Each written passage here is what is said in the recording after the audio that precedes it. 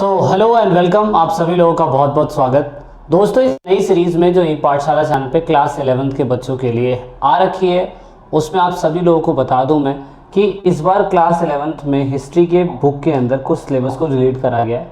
तो मैं आपको बता दूं कि चैप्टर आज हम सेकंड करने जा रहे हैं। वीडियो का पहला पार्ट आप देख सकते हो, an empire across the 3 continent के बारे में बताया जाएगा। 3 महाद्वीपों में फैला हुआ साम्राज्य, पार्ट 1 है, क्लास 11th की हिस्ट्री का है। दोस्तों, क्लास 11 की हिस्ट्री के अंदर पहला चैप्टर जो है अब वो हो चुका है हमारा writing culture and the city life, जो कभी दूसरा होता था। और तीसरा चैप्टर है an empire across the 3 continent, जो ऑफकोर्स मतलब दूसरा चैप्टर हो गया। ये पहले कभी तीसरा चैप्टर हुआ करता था, तो इसमें ज़्यादा कन्फ्यूज़न होने की ज़रूरत नहीं है। अगर आपको पहला चैप्टर देखना भी है तो मेरी लास्ट ईयर की सीरीज जो है ऑफकोर्स वो अपलोड हो रखी है। ये नया सिलेबस है, 2022 के हिसाब से ये नए सिलेबस को अपलोड किया जा रहा है ताकि बच्चों को और क्लिस्टर क्लियर चीज़ें होती चली जाए। अब आप सभी को बता दूं कि अगर आप सभी लोग हमारे साथ ईपी फैमिली के साथ नहीं जुड़े हुए हैं, जो हमारा टेलीग्राम अकाउंट है, तो उस पर ज़रूर जुड़िएगा। उसके बाद हमारे ई पाठशाला चैनल के साथ साथ आप हमारे इंस्टाग्राम के साथ भी जुड़ सकते हैं। ऑफकोर्स वहाँ पर हम लाइव चैट करते रहते हैं। चैप्टर की शुरुआत कुछ यहाँ से मैं कराने की कोशिश करूँगा, मतलब बहुत कुछ सीखने को मिलेगा आपको इस चैप्टर के अंदर ये भी सीखने को मिलेगा कि सोने के सिक्के कैसे बनाए जाते थे। मतलब उस टाइम पीरियड पे कभी व्यापार होता था, बिजनेस होता था, तो सोने के सिक्कों में व्यापार होता था। दूसरी बात, यहाँ पर सबसे अच्छी वाइन बनती थी, आपके इस चैप्टर के अंदर इंट्रोड्यूस करा गया। इस चैप्टर के अंदर ये भी बताने की कोशिश करी गई है कि किस तरीके से एक बहुत बड़ा एम्पायर जो तीनों महाद्वीपों में फैला हुआ था, जो आज की डेट में कोई भी ऐसा एम्पायर नहीं है जो 3 कॉन्टिनेंट में फैला हुआ है। अगर मैं अपने इंडिया के अंदर बात करूं तो हमारे इंडिया के अंदर भी ऐसा कभी नहीं हुआ है कि हमारा एम्पायर किसी दूसरे महाद्वीप में फैला हो। मतलब अपने एशिया के इर्द गिर्द तो रहा इंडिया, जैसे पाकिस्तान, अफगानिस्तान, इवन थोड़ा बहुत बलूचिस्तान भी था, इंडोनेशिया भी था, थाईलैंड भी, म्यांमार भी, लेकिन दूसरे कॉन्टिनेंट तक हम लोग कभी नहीं पहुँचे। लेकिन इस चैप्टर की खासियत ये है कि ये ऐसे एम्पायर के बारे में आपको बताने की कोशिश करेगी जो 3 महाद्वीपों में फैला हुआ साम्राज्य। आइए स्टार्ट करते हैं। सबसे पहले बात करता हूँ रोमन एम्पायर की।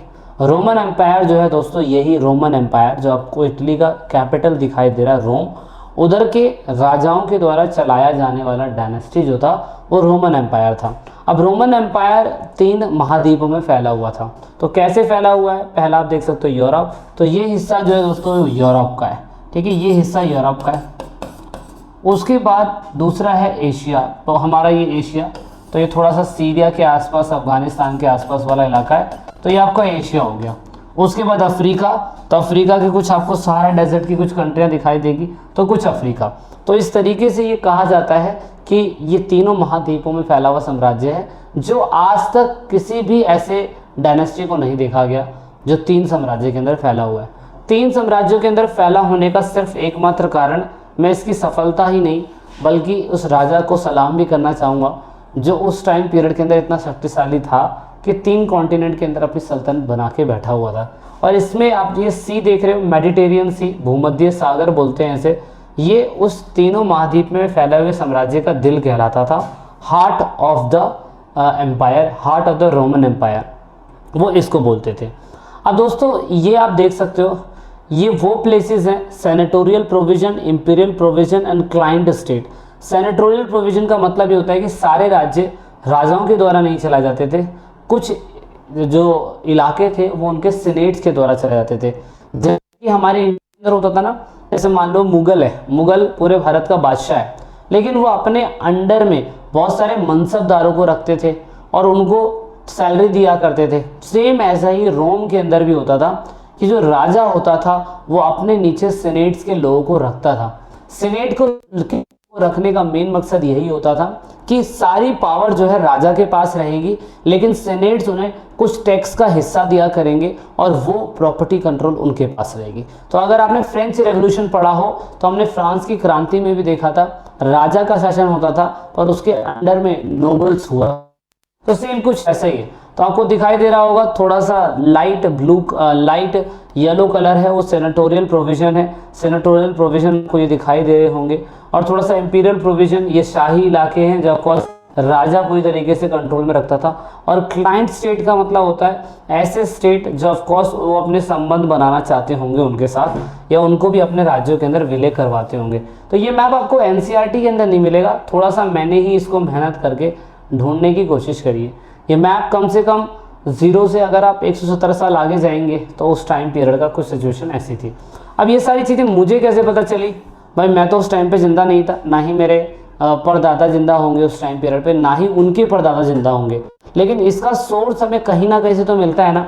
तो सोर्स हमें कहाँ से मिला? कुछ टेक्सेस से, कुछ डॉक्यूमेंट से और कुछ मटेरियल रिमेन से। टेक्सेस क्या होते हैं दोस्तों? उस टाइम पीरियड पे हिस्ट्री को लिखने के लिए कुछ किताबें लिखी जाती होंगी। राजा कोई व्यापार कर रहा है तो कुछ लिखता था, राजा अपनी ऑटोबायोग्राफी लिख रहा है तो कुछ लिखता था, राजा अपने कार्यकाल के अंदर कोई मंदिर बनवा रहा है, राजा अपने कार्यकाल के अंदर कोई बिजनेस के नियम तय करवा रहा है, राजा ने किसी को ज़मीन दान दे दी, या राजा पूरे साल के अंदर कितना कुछ खर्च करेगा। ऐसे सारे बहीखाते, ऐसी सारी चीज़ें हमें कहीं ना कहीं टैक्स के रूप में, मतलब टैक्सेस के रूप में, साहित्यिक स्रोत के रूप में मिला करती थी। तो उसमें से एक और है the annals of the worlds, मतलब वार्षिक वृत्तांत बोलते हैं। एक ऐसी कोई बुक होती थी जिसमें राजा का पूरे साल का वृत्तांत, पूरे साल में राजा ने क्या किया, वो सब हमें बताने की कोशिश करी जाती थी। तो रोम के इतिहास के बारे में जानने के लिए one of that is important book जो हमें रोम के इतिहास के बारे में बताती है। डॉक्यूमेंट ज़्यादातर या तो इंस्क्रिप्ट करे जाते होंगे, लिखे जाते होंगे, और वो भी किस पे? पत्थरों पे लिखे जाते थे। पत्थरों पे लिखे जाते हैं इसीलिए से इंस्क्रिप्शन कहा गया। पत्तों पे, पपीते के पत्तों पे, पपायरस के पत्तों पे लिखे जाते थे, तो स्क्रॉल करके तो ऑफ कोर्स इन्हें भी कुछ ना कुछ कहा गया। पेपर के अंदर ये ज़रूर आता है कि पपायरस का पत्ता क्या है, उसको किस चीज़ के लिए इस्तेमाल करा जाता है, वगैरह वगैरह। मटेरियल रिमेन्स में हमें कॉलोसियम देखने को मिला जो ऑफ कोर्स वहाँ की पार्लियामेंट थी। कुछ सिक्के मिले सोने के, सॉलिडस कॉइन, कुछ ऐसी बिल्डिंग्स मिली पार्लियामेंट वाली जिसमें हमें पता है कि राजा कुछ मीटिंग्स करता होगा। तो ऐसे कई अनगिनत हमें जगहें देखने को मिली, जिससे हम लोगों ने ये अंदाज़ा लगाया कि हाँ, ये लोग उस टाइम पीरियड के अंदर इन्होंने आर्किटेक्चुरल चीज़ों के अंदर भी काफ़ी अच्छा फोकस करा होगा। ये सारी चीज़ें रोमन एम्पायर से संबंधित है। अब दोस्तों यहाँ पे टू मोस्ट पावरफुल एम्पायर जो है वो हमें समझना है। मतलब ज़रूरी नहीं है कि पूरे के पूरे रोमन इलाकों के अंदर रोमन एम्पायर की चलती हुई सबसे ज़्यादा वहाँ पे रोम और ईरानियन एम्पायर दोनों के दोनों थे, जो ऑफकोर्स यूफ्रेट नदी के उस पार या इस पार रहते थे। अब यहाँ पे मुझे पता है कि वो लोग हमेशा आपस में किसी न किसी कारणवश लड़ते रहते होंगे, तो आपस में किसी न किसी कारणवश लड़ते रहते होंगे हिस्ट्री के अंदर, तो वो दोनों कारण हमें समझने हैं। तो अगर रोमन एम्पायर की बात करें तो रोमन एम्पायर स्पेन से लेकर सीरिया तक और साथ में मेडिटेरियन सी के ईस्ट के से लेकर अफ्रीका के डेजर्ट तक फैला हुआ था, और साथ में नॉर्थ में उसकी बाउंड्री जो है राइन एंड डैन्यूब से, और साउथ में उसकी बाउंड्री सहारा डेजर्ट से टच में थी।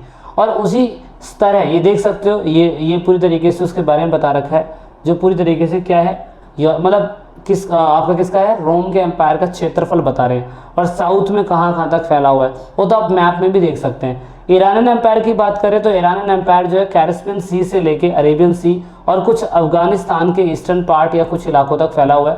कैरिबियन सी ये है ईरान का पार्ट, ये है अफगानिस्तान का पार्ट, ये है। तो कह सकता हूँ दोनों आसपास में पड़ोस थे कि यहाँ के इलाकों तक रोमन एम्पायर फैला हुआ था जो कि 3 महाद्वीपों में था, और यहाँ के इलाकों के अंदर ईरानियन एम्पायर जो है दोस्तों यहाँ पे फैला हुआ था। इवन अफगानिस्तान का पार्ट भी हमें इसमें देखने को मिल जाता है। ये ज़रूर फोकस रखिएगा, बुक में नहीं है ये बिल्कुल भी। अगर हम रोमन एम्पायर के डेवलपमेंट की बात करें तो कुछ फ्रेज ऐसे हमें दिखाई देते हैं, और ये सारा कुछ हमें पढ़ना नहीं है। हमें ये नहीं पढ़ना कि रोमन मोनार्क कब था, मोनार्की सिस्टम राजशाही शासन कब था, रोमन में रिपब्लिक कब हुआ यानी कि लोकतंत्र कब आया, और रोमन एम्पायर के अंदर डायनेस्टिक रूल कब बनने चालू हुए। बहुत पुराना इतिहास इतना नहीं पढ़ना, हमें PhD नहीं करनी है, लेकिन हमारी बुक के अंदर रोमन एम्पायर का अर्ली सिनेरियो और लेट रोमन एम्पायर समझाने की कोशिश करी गई है। और बीच में 100 सालों का 3rd सेंचुरी क्राइसिस आया था, जिसमें एक ही 100 सालों के अंदर ही 47 राजा बदले थे। तो रोमन एम्पायर के अंदर कुछ ऐसे बदलाव हमें देखने को मिले। लेकिन अगर हम दोनों में डिफ्रेंसिएशन देखें, रोमन एम्पायर में और ईरान के एम्पायर में, तो रोमन एम्पायर ईरान के एम्पायर में, मतलब रोमन एम्पायर के अंदर डाइवर्सिटी ज़्यादा थी, क्योंकि 3 कॉन्टिनेंट में फैला हुआ था, तो कल्चर ज़्यादा, भाषाएं ज़्यादा, और साथ में एडमिनिस्ट्रेटिव सिस्टम का ज़्यादा लोड वगैरह वगैरह। दूसरा, अगर हम ईरान की पॉपुलेशन के ऊपर फोकस करें तो काफ़ी लंबे समय से ईरान के अंदर पार्थेवियन एम्पायर और ससीरियन एम्पायर जो था ये काफ़ी लंबे समय तक राज कर रहा था, जबकि रोमन एम्पायर के अंदर आप कह सकते हैं वहाँ पे एक ही कॉमन सिस्टम था, क्योंकि राजा जो था वो एक ही ऑक्टेवियन एम्पायर जो था वही पूरी तरीके से वहाँ पे राज किया करता था, है ना। ऑक्टेवियन फैमिली जो है काफ़ी लंबे समय तक रोम के अंदर राज करती रही। तो अभी कह सकते हैं ये पार्थेवियन एम्पायर है। टाइम पीरियड दोनों का अलग हो सकता है, ये ससीरियन एम्पायर है। और दोस्तों फिर रोमन एम्पायर के बारे में हम डीपली और समझने की कोशिश करेंगे वीडियो के अगले पार्ट में।